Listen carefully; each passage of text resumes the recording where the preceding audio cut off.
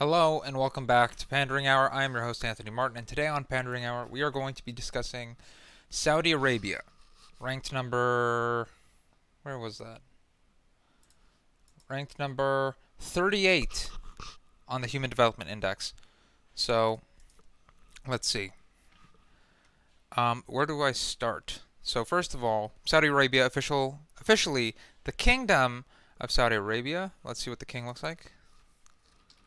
King of Saudi Arabia, Salman. Salman, what's it? Salman bin Abdulaziz Al Saud. 1935? Are you what? He was born in 1935. He's almost 100 years old. Well, I mean, so is Prince Charles. Or King Charles. How old is King Charles?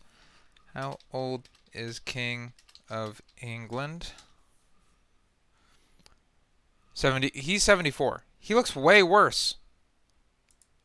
I mean, look at this guy. This guy's literally in the sun all the time.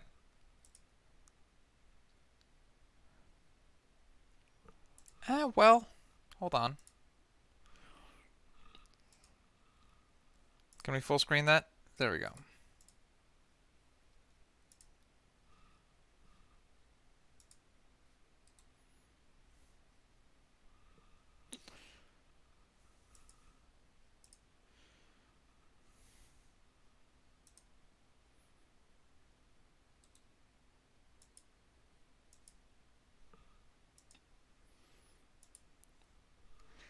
Okay. Subject 1, Subject 2. Subject 1, Subject 2. I remember when, for a little while, they were saying that King Charles looked like a Gundam villain, and he fucking does. King Charles Gundam. No, what? Gold Cavalier.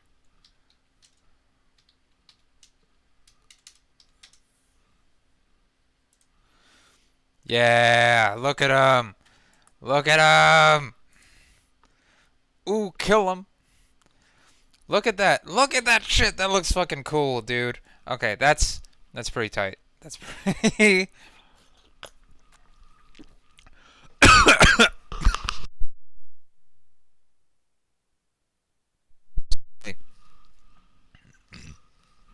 Excuse me, almost died.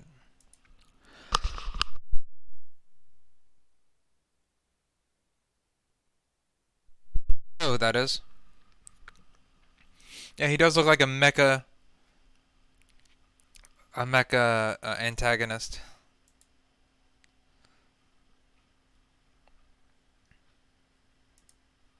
That's pretty funny.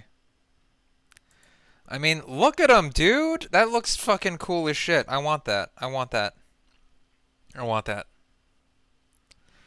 Hold up. Time to quick pause. I'm going to save that as the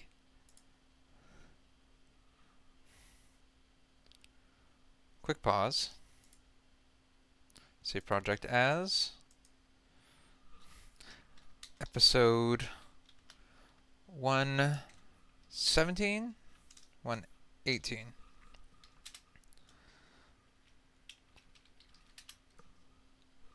Sending Gundams to Saudi Arabia. And resume. Let's see it. Okay. Now let's actually. So yeah, he does look. He doesn't look all the way there. I think King Charles has the upper hand in this one, unfortunately. So some interesting things right off the top. Some news stuff, top stories about Saudi Arabia. So,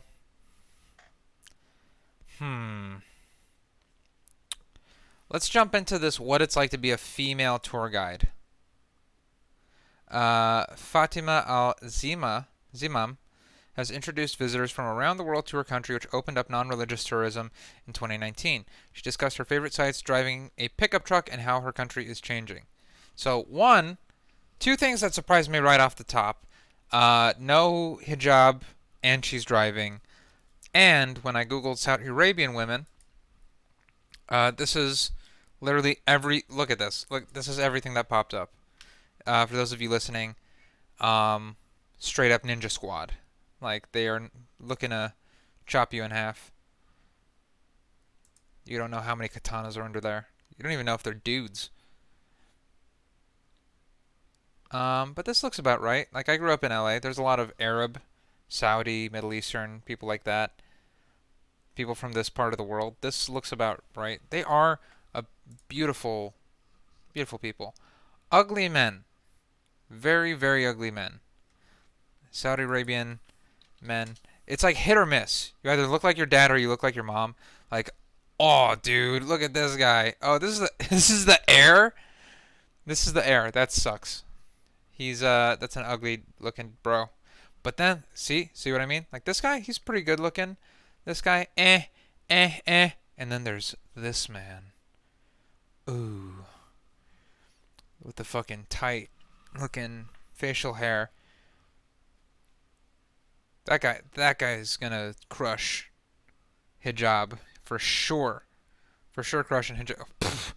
See? Look at these guys. Even Hassan Minaj. Right? Hassan Minaj. Look at these guys. Gross. No offense to Middle Eastern men. See? And then there's one of these guys that are just like straight model. Perfect facial hair. Just hitting it like... They look like every TikToker. I swear to God. Whoa, what's going on here? They're making out? What?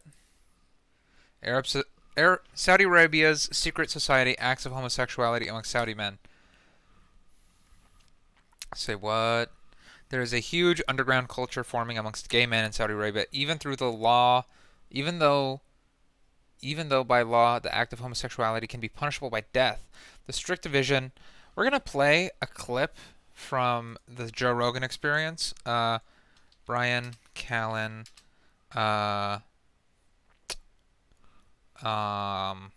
What was that clip? Talks about homo in Middle East. I'm not calling them homos. I'm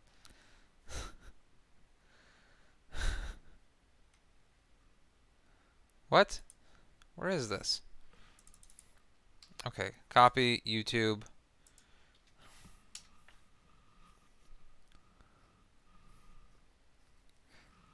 That's going to be a hard clip to find. Talks about growing up in Middle East. It's an old clip. It's one of like the... Yeah, I'm not going to be able to find this. Lots of stand-up clips of Brian Callen. But he has this really funny clip of... So basically, I'm not going to tell the story. This went nowhere. I apologize. Let's go back to this. A guy was having sex with another guy, but his ass was sticking out of the trunk of a car. So there was just an ass popping out of the trunk of a car, and some guy was having sex with it. Homosexuality can be punishable by death. Well, it's hard to... I mean, how do you know who it was?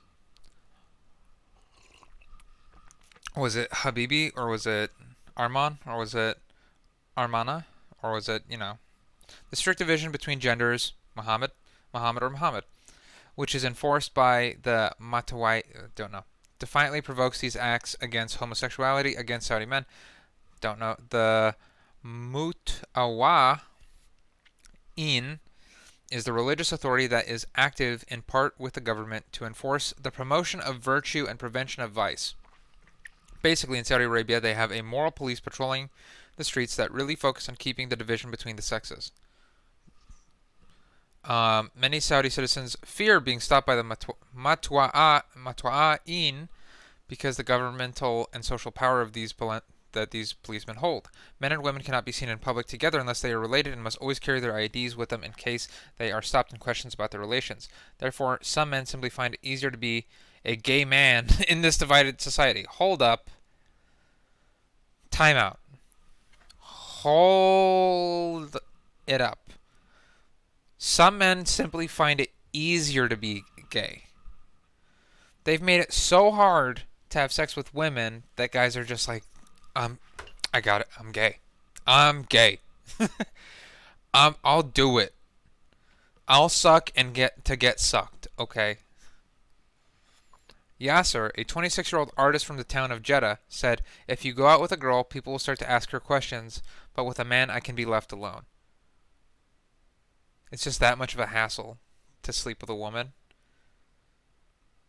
This is why, like, men, we just have that energy of like, I gotta compliment, I gotta say something, I gotta just like, I gotta kiss my homies. I have to go into bro culture and like gym culture. It's all just like, kiss your homies goodnight, stuff like that. And it's because you can't do that to women. We need. Patrice O'Neill has a great bit about that. We need to harass you. I'm gonna pull that up. I almost put Police O'Neill. Patrice O'Neill harassing women bit. Okay. It's on Facebook? What the hell? Let's discuss harassment. Okay, here it is. For a second. This guy's I love Patrice O'Neill. Let's just, you feel it a little bit? Like, let's just discuss it. Why can't I harass you? Genius. Why can't I harass you?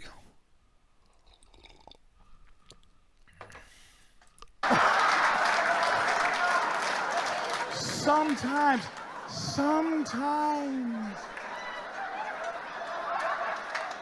I can never harass you. Never. And I'm not talking about, ooga booga. Like, I'm talking just.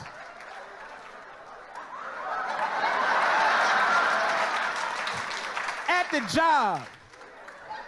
It's unfair that I can't harass you at the workplace. Like. Okay, this is going to take too long. Moving on. For those of you listening, go watch Patrice O'Neill's everything. Watch all of it. Everything. All of his Opie and Anthony appearances. He is amazing. Rest in peace. He died because he's fat. Or he was fat. He doesn't weigh much now. But rest in peace, Patrice O'Neill. And the interesting thing about this unspoken society is that in fact, many men that perform these homosexual acts would not consider themselves gay. I ain't gay. I'm just fucking a dude's butt. Because it's so difficult to sleep with women. This is because most Saudi men take the dominant role when performing these sexual acts, meaning most men will only have sexual relations if they are on top. The sociologist Stephen Murray, the author of Islamic Homosexuality, Culture, History, and Literature, explains sexuality is distinguished not between homosexual and heterosexual, but between taking pleasure and submitting to someone being used for pleasure. Okay, so by that logic, Game of Thrones, Jason Momoa sex scene images. So this is straight. This right here, straight as fuck. But where is it? Where's the part where she gets on top? Yep, straight. Oh, that's a little sus, bro. That's a little sus. Is he wearing a pantsuit? What the hell is he wearing?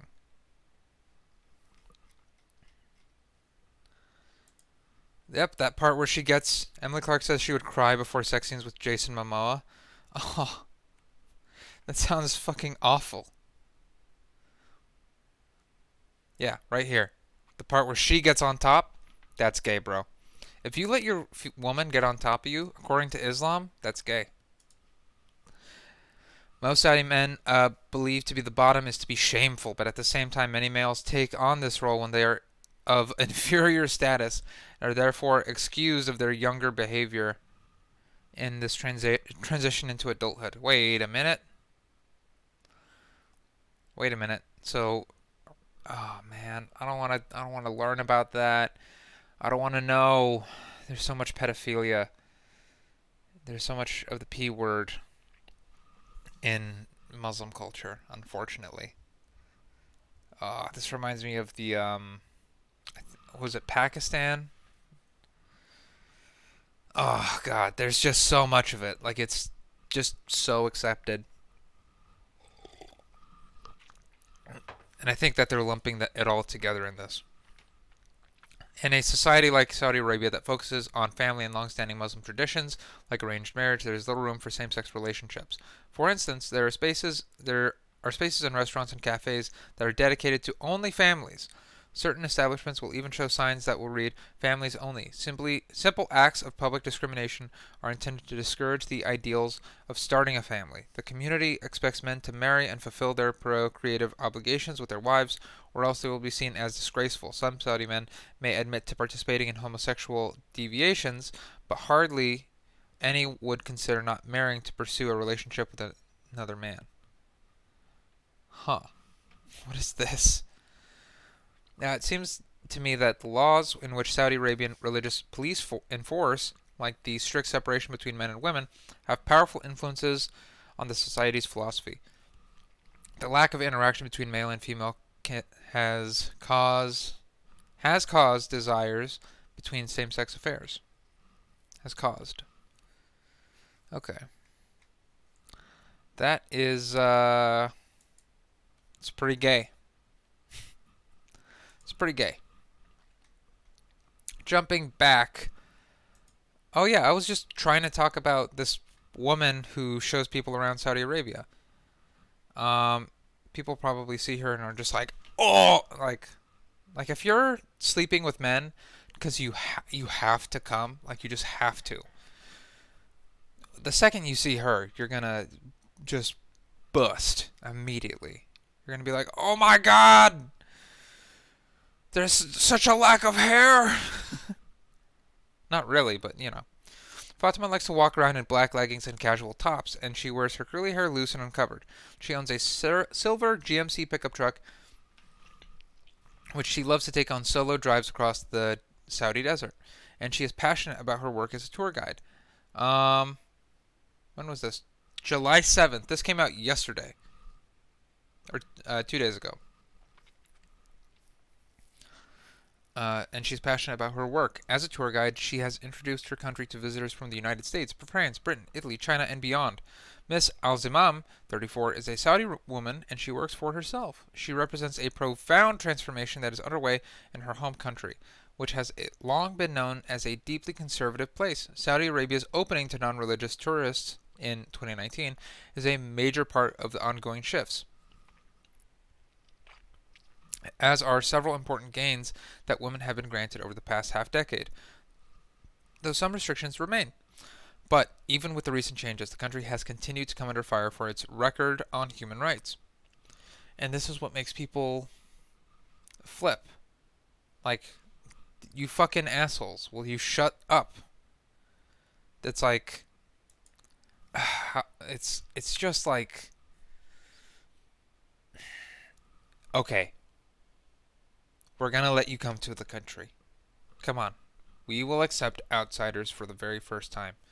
And then, once people get into the country, they're like, you people are bigots! Alright, fuck it, lock up the doors. Why did we ever think we could have these people in here? Why?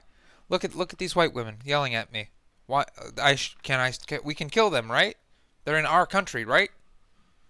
Who are they to talk about what we do in our country? They're guests. Which may raise concerns among potential visitors. One travel index has ranked Saudi Arabia second to last in in the world in terms of safety for LGBTQ travelers. Duh. Duh. Duh. Who the fuck? Gay people, listen, don't be stupid. Black people, don't be stupid. Do you think black people are like, I want to go to Birmingham, Alabama? No, they don't. They know. Take a tip from black people who have been persecuted. Black people and Jews. Take a tip from them, gay people. If you go somewhere where they don't like you, you might die. Don't be like, you need to change. That's such a insane thing. That's so ridiculous to just be like, you guys need to, this is not okay with me. You guys need to fix this. You're wrong. And they are wrong, but they don't care. That's the thing. You can't show up to Saudi Arabia and just be like, hey, you guys aren't nice to women as a woman. And you know what? I'm gay. I'm going to show my boobs and put them on women. They're going to stone you. They're going to chop you up into 1,000 pieces. That's so stupid. Like, how do you not? It's literally like walking into a lion's den and being like, you need to stop eating people, lion. Hey, lion, stop eating people. I'm a person that you could eat. Stop. Stop it. That's not nice. And to show you how not nice it is, I'm going to put my hand in your mouth and touch your balls. But Saudi Arabia is betting big that tourists will come. The government is investing $1 trillion in the industry over 10 years, with the aim of attracting 100 million visitors annually by 2030. It's all part of an effort to reduce the country's reliance on fossil fuels. If there is no oil, we don't have anything. So there's a lot of projects to promote agriculture, solar energy production, and tourism too, Ms. Al-Zimam said. I first met Miss Al-Zimam on a recent solo trip to Saudi Arabia. Who is this? By Paige. Let's see what Paige looks like.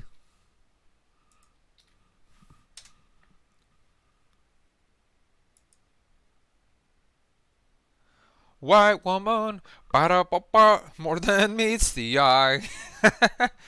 White woman, bum-ba-bum-ba-ba-ba-bum, ooh, ooh. I'm a white woman and I travel alone to the Middle East. Why would you do that? Why would you do that? Why would you do that? Does that sound smart? Does that sound smart? Hi, I'm a white woman. I'm gonna go to the Middle East and just tour by myself. Why would you do that? Why would you do that? Are you stupid? That is the dumbest shit I've ever heard. To Saudi Arabia. Maybe Dubai. Dubai, I'd believe it. But at least if I was a white woman going to Dubai, I'd be like, someone's going to try and shit in my mouth for $50,000. I would just keep that in the back of my mind. Oh my god. And of course, why would she pick a woman tour guide? I would have totally picked a dude if I was a woman. I'd be like, no, I want a guy. I want the darkest guy you can find. I want a black man in Saudi Arabia. That's what I would look for. That's who I would pick as my tour guide. I want some guy who's gonna have my back, who's gonna have some sort of like self-hate of like, they treat the lighter skins better, and I'd be like, dude, that's fucking wrong, bro. And he's like, the American sees me as a person. I would win him over. By the way, why is that? What is all this self-hate about being dark?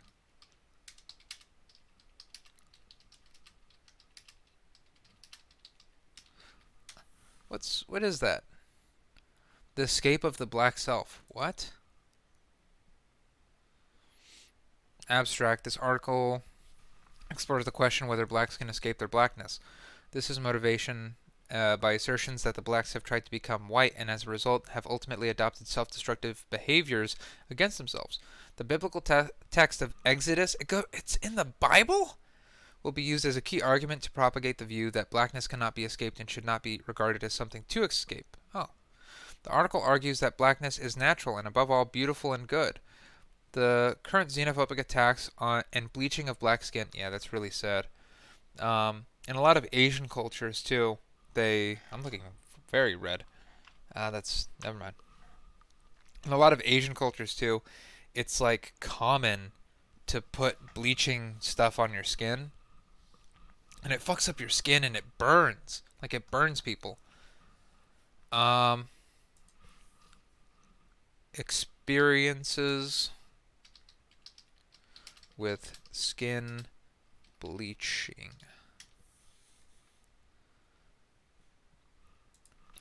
Let's go back to this though. Current xenophobic attacks and bleaching of black skin will also be exposed and interrogated as fundamental problems and possible motivation for blacks wanting to escape black self. Um, Introduction. Song of Songs 1:5. I am black but comely, O ye daughters of Jerusalem, as the tents of Kedar, as the curtains of Solomon. Blackness has been created or shaped as a problem by white people, and as a result, some black people believe this and have started hating their blackness. The likes of Mashoza and Kanye Mabau have shown that they hate their blackness, which is a result of their efforts in trying to escape the black self and succumbing to the lies that white is more beautiful than black. Marapa, 1969. Exposes that these lies include 1. The black man is not civilized. The black man is a savage. The black man is lazy. All lies and course directed their authors to devastating conclusions that the black man is inferior. But that's all across country. Like, when they say this isn't even like white people, I guess could be, there needs to be a better term for that. Like light skin is probably the best term because it transcends race. So white people or Caucasians, like there is the black people of white people, I guess, would be considered like gingers, which are whiter. Like they're like the ugh, we don't like them. No, we don't like them. And then in China, in China, there's like the darker skin. It's the same thing with Asians, Mexicans, um, Brazilians, everybody. Every country has a preference to lighter skin. I don't think there's any country that prefers darker skin. But it does come back around. Like there are people who are like, I like Robert De Niro. Robert De Niro loves black women. See? Robert De Niro, wife. 2 black women. Loves black women.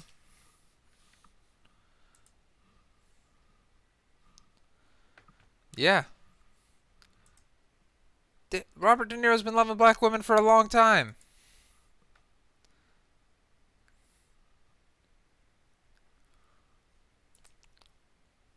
That's so weird. That's such a weird question. How long was Robert De Niro married to his black wife? Just call it his wife. Whitney Houston recounts Robert De Niro sweating her. It is well known fact that actor Robert De Niro has a thing for black women. Not just a thing. We seem to be his preference. We, by Veronica Wells. Both in dating and marriage. There's a long list, including everyone from model Naomi Campbell to his estranged wife. Why estranged? And apparently in early 90s and late 80s, Bobby was trying to add legendary singer Whitney Houston to the roster. From her recounting of the story, she didn't seem all that interested, and in her memoir about her life with Houston, Robin Crawford shared that Houston wasn't really into white guys. Still, the story of Robert De Niro, see, he's Italian. She called him a white guy. Italians have been saying that they're black. They're like, no, we're black. But that kind of goes back to what I'm saying about like the light skin. Like whoever in your race has the lightest skin is the white people. You know? So to other people of much darker skin, you're white. So Italians might be the black people of white people, but they're still fucking white. They're white as shit. It's so irritating that they can be like, oh no, we're black. We're black. And then they start saying fucked up things where they're like, we're loud, you know, we're in gangs. What was that? There's like this video. Who was it? Someone was breaking down. It was an Italian guy explaining. He's like, dog, I'm fucking black. I'm Italian and I'm black because I do things that black people do. I like fried chicken and blah blah blah blah blah. Yeah. Ugh. This is. Let's get back to this other stuff. Oh yeah. Why you should stop bleaching your skin right now. Let's jump into that. Hi, my name is Elise Fox, model, mom, and entrepreneur cares? based in New York. Get through the ad. I started Get my through the company, ad. Sad Girls. Do you know? So I'm just gonna jump to. Oh my god. Including Never mind. Origins of skin bleaching, skin color and social status, intuition, institutional bias, not intuition. Yeah, skin lightening in Asia. Yeah, some people, it's a part of their daily skin routine to bleach their skin. But it's an $8.6 billion industry. And it's so funny that it's like skin lightening is $1 billion industry. Horrible effects of skin bleaching scandal in South Africa. Jennifer Lawrence sobs in pain while eating spicy wings. Thanks, YouTube. Thank you. You know what I'm looking for. Okay.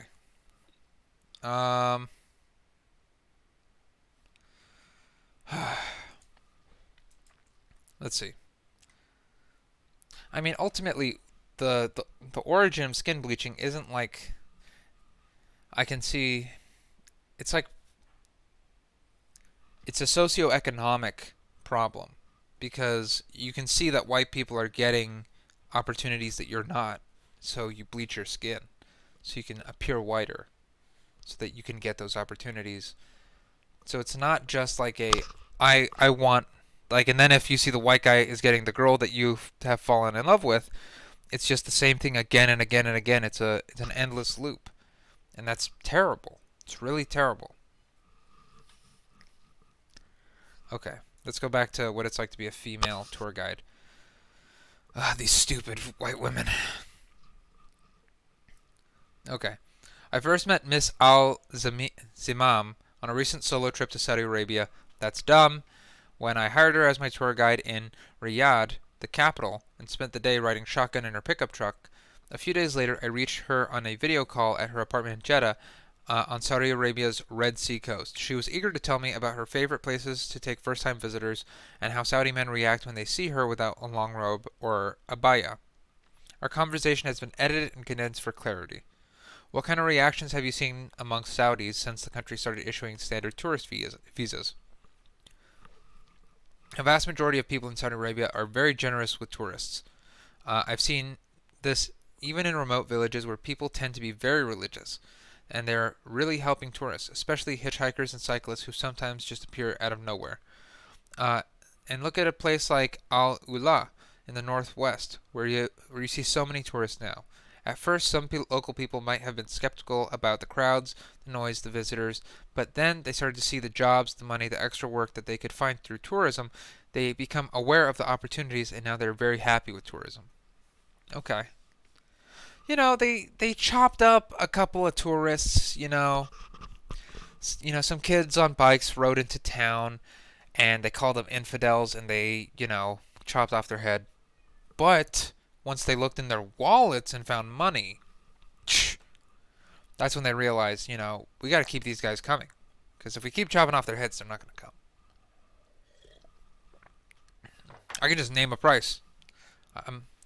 I told them it was 500 dirham, or whatever, for an apple, and they paid it. They just paid it. I can name my price. They're thirsty. They're in the desert. They don't know where they are. The government has been spending a lot of money to turn the ancient city of Al Ula into a tourist destination. Is it that a place Is that a place that you would recommend to visitors? Al Ula is the best destination in the world to me. The Royal Commission has done a great job of developing. Oh, once you hear them. Oh, I love the government. The government's doing a great job. I mean, I don't have this problem as an American. I think the U.S. government is doing a fantastic job. I think they do things great. YouTube as well. YouTube does an amazing job with everything they're doing. Thank you, YouTube, and thank you, President Biden, for everything you've done. The Royal Commission has done a great job. Great job. Great job. The best job of developing the sites around there, and they're still doing excavations, finding new things. Visitors love the ancient tombs in Mara in Saleh, which is nearby. So there's so much else. Al Ula is full of rock inscriptions. Wherever you walk, you can find them. And I love to bring people to Hale, also in the north. Hale is a historic area. Lawrence of Arabia spent a lot of time there, and the landscape is stunning. The sand dunes, the red mountains, and just the beautiful shapes of the rocks and the rock inscriptions. You can be driving, and suddenly you come across a small oasis, a cluster of palms between the mountains. Are there many other women tour guides in Saudi Arabia? There are many, many female tour guides, and even more in training. In the class I took to become a licensed guide, there were twice as many women as men, and I think that's pretty common. A lot of potential female visitors might have questions about how to dress in Saudi Arabia. I know you don't wear a headscarf or an abaya. Did you stop doing that as soon as the rule changed a few years ago? It was gradual for me. At first I would still wear an abaya and hijab in the city, but not if I was out in the desert or in the mountains. But then I moved to Riyadh for work, and I found myself more comfortable and happier without an abaya. As long as I was still dressed modestly, now I don't wear the abaya or the hijab. The only exceptions are if I'm going somewhere official, the courthouse, the police station, or if I'm going to a mosque. If I'm going to pray, I need a scarf. Some people might stare because it's still kind of a new thing to see, but they respect my choice.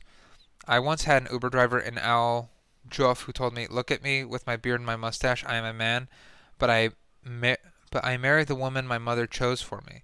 But look at you without an abaya. You're a woman and you made your choice. You're braver than me." That makes me sad. I don't want to, I get that it's like a whole thing.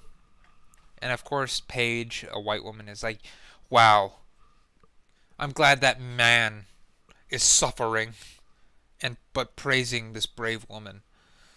It's like, yeah, if even that's what people should realize.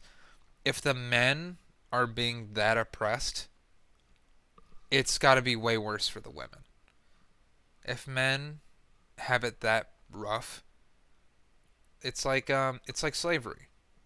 Like, even when who wrote the Declaration of Independence? Or maybe it was the Constitution. It was the Constitution. Who wrote the Constitution of the USA? It was James Madison. James Madison had stuff in the Constitution, his first draft. He just went down every single possibility, and to where it's like Jewish rights, gay rights, black rights, all that stuff. Because he was aware, he was conscious that, like, this is the country that's going to continue, and a lot of this shit is horrible. So he's probably got a similar mindset where he's like, I know it's not like this everywhere. They have to be conscious of that. Like, do they have internet in Saudi Arabia? Like, do they have real internet?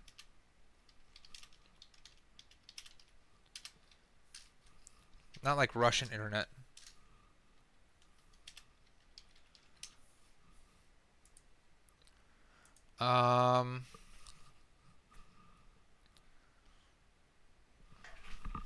Internet freedom remained highly restricted in Saudi Arabia. Okay. The Saudi government increasingly seeks to expand high-quality internet access across the country. However, The restrictive absolute monarchy limits the range of information available online. Authorities operate extensive censorship and surveillance systems and lend their backing to online networks of bots and accounts that disseminate pro-government messaging and attack perceived dissenters. Okay. So our government's probably doing that for sure. For sure.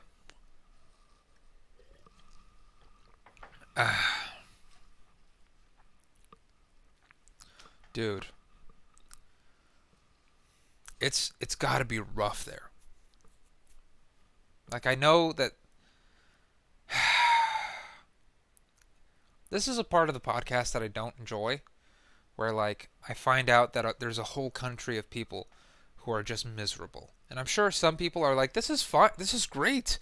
I've never known anything better. And that's sad.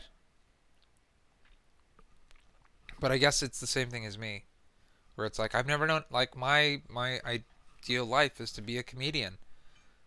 And I bet kings, like the king of Saudi Arabia, is like, you don't know the pleasure of having sex with a woman, and when she talks back to you, you cut off her head. That is, what a terrible life. Like, women can just yell at you? How is this possible? Like, yeah. You mean to tell me that you fear for physical danger? Like, people can come up and strike you? Oh, I could never. You live a savage lifestyle. Yeah. I bet even fucking some I bet the Clintons are like, you mean to tell me you just can't have someone suicided? Like, someone writes a bad article about you, and then you just, the next week they kill themselves by shooting themselves in the back of the head twice? That's crazy.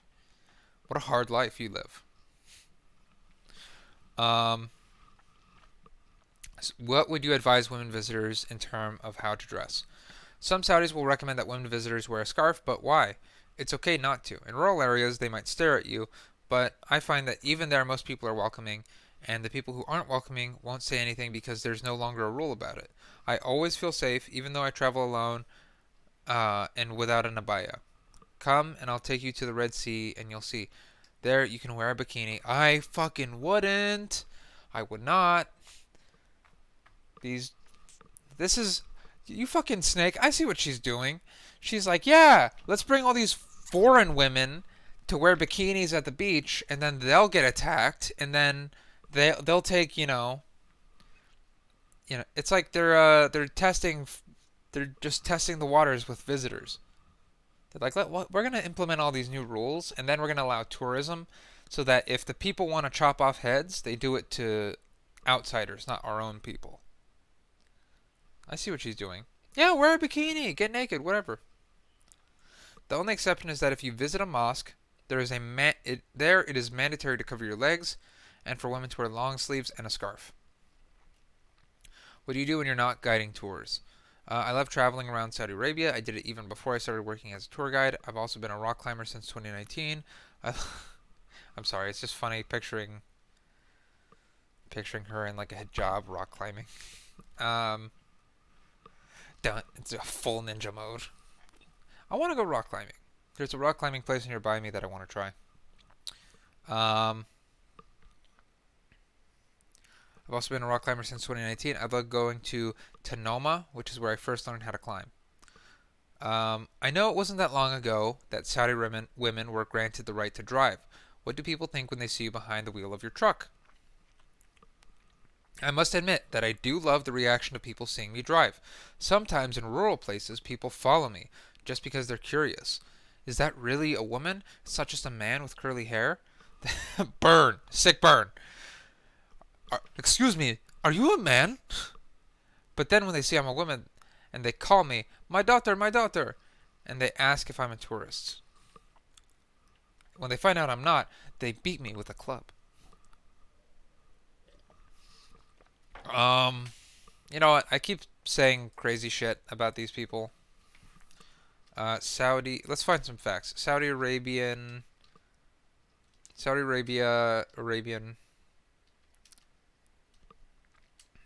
Tourists die in Saudi Arabia.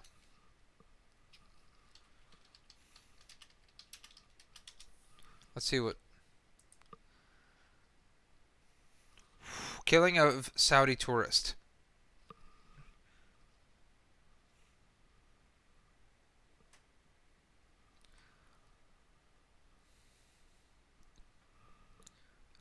Arab and Asian expats.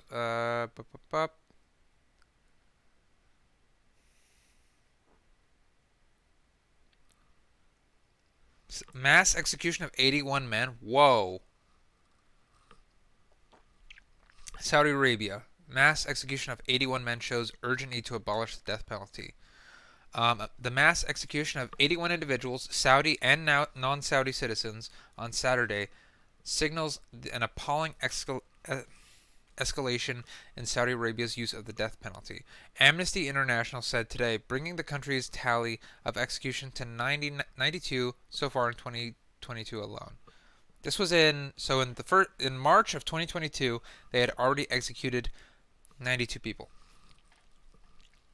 The Ministry of Interior on Saturday announced that the execution of 81 people, all of whom had been convicted of a wide range of offenses, including terrorism, related crimes, murder, armed robbery, arms smuggling. A number of these executed were also convicted of charges such as disrupting the social fabric and national cohesion, and participating and inciting sit-ins and protests, which describes acts that are protected by the rights of freedom of expression, peaceful assembly, and association. 41 of those executed on Saturday are from Saudi Arabia's Shia minority, the latest demonstration of Saudi Arabia's politicized use of the death penalty to silence dissent in the eastern province. This execution spree, so for half of these people, so they lumped in people of a minority with terrorists. That's like picking, you know, we got 41 Muslims and another 40, school shooters, which is easy. We'll rack that up in a week. How many school shootings have there been this week? School shooting 2023.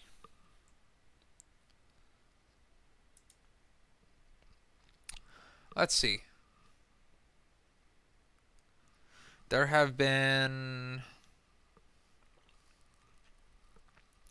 23 school shootings in 2023 as of June 15th. 23 school shootings. I think we can get more. That's terrible. That's awful. So if you participate in a protest, you get killed. That's real journalism. There we go. And it's all because of this fucking guy. Look at this guy. With his fake lips. And his dopey eyes. What? Yeah.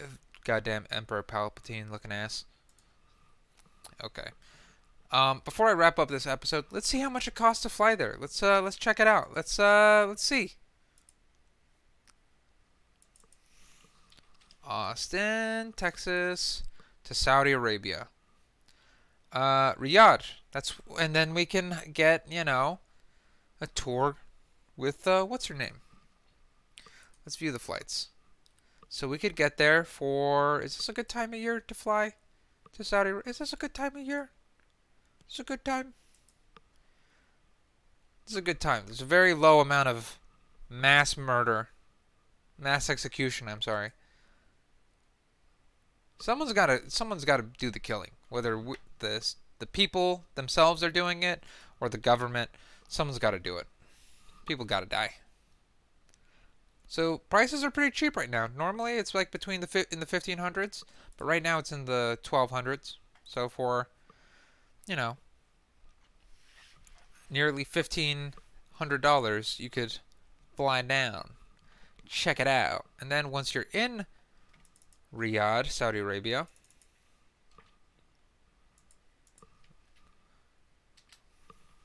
oh, is that where they're having the golf thing? Let's find a hotel.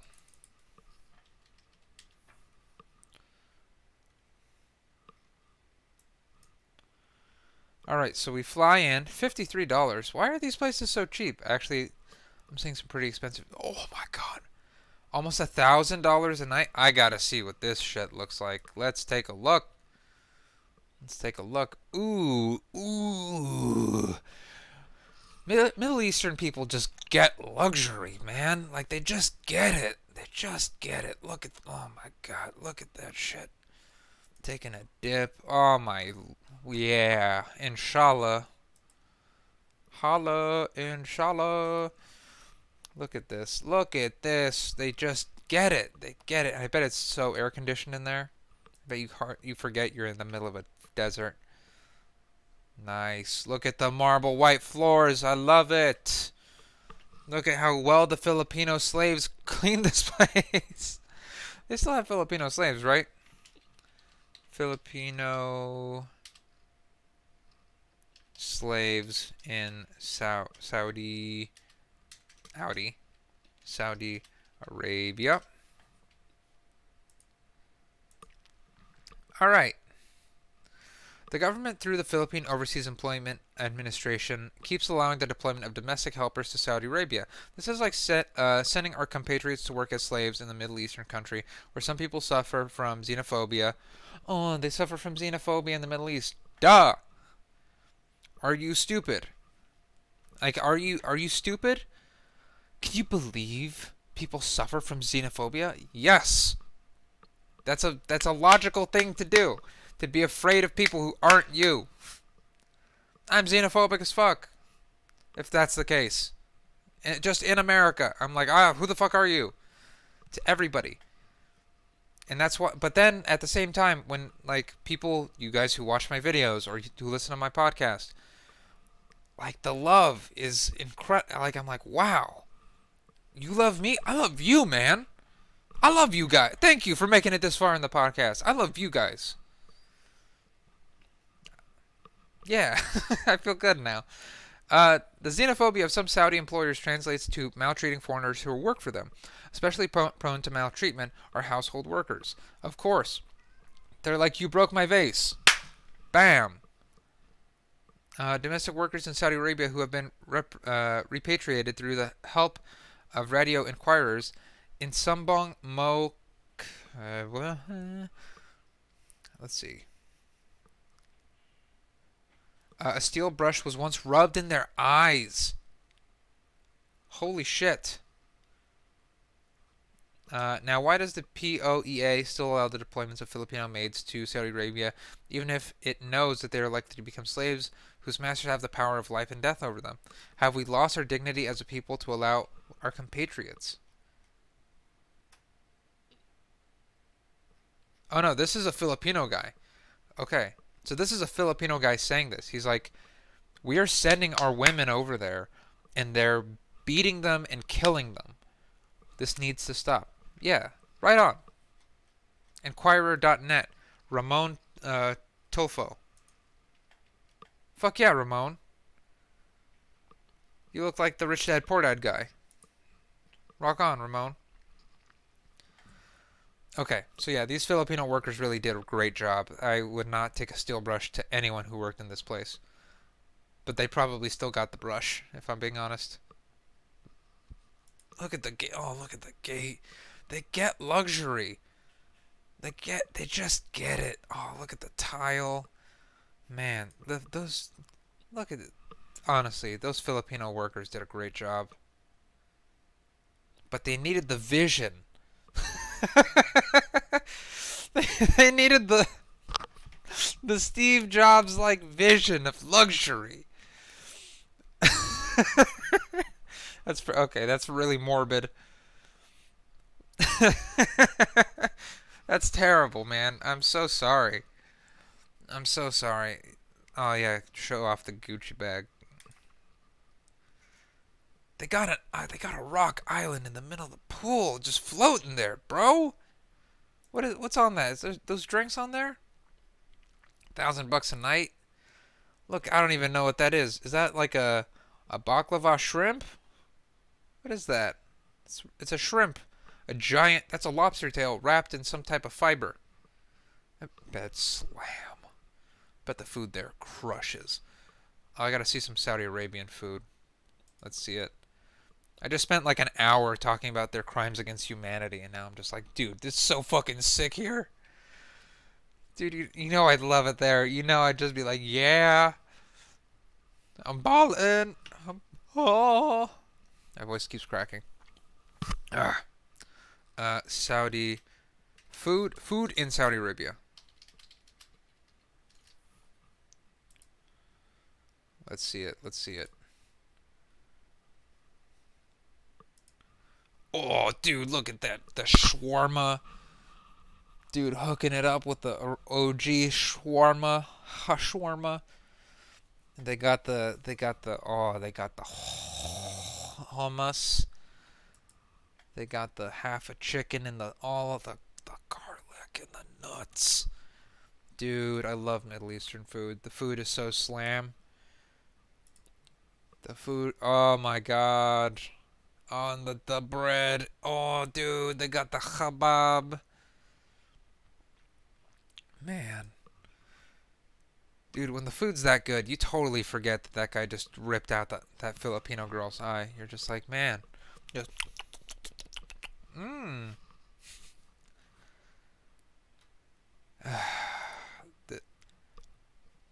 Let's compare this. Hold on. I have a good comparison. Plantation food.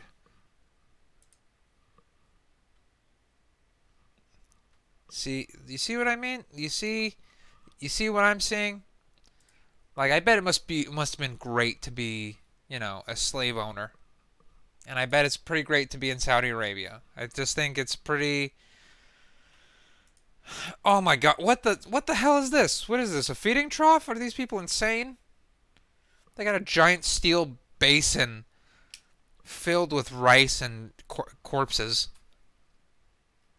Are you out of your fucking mind? And then look at this. Look at this plantation food. Oh yeah, not even, dude. That's not real. That's not real.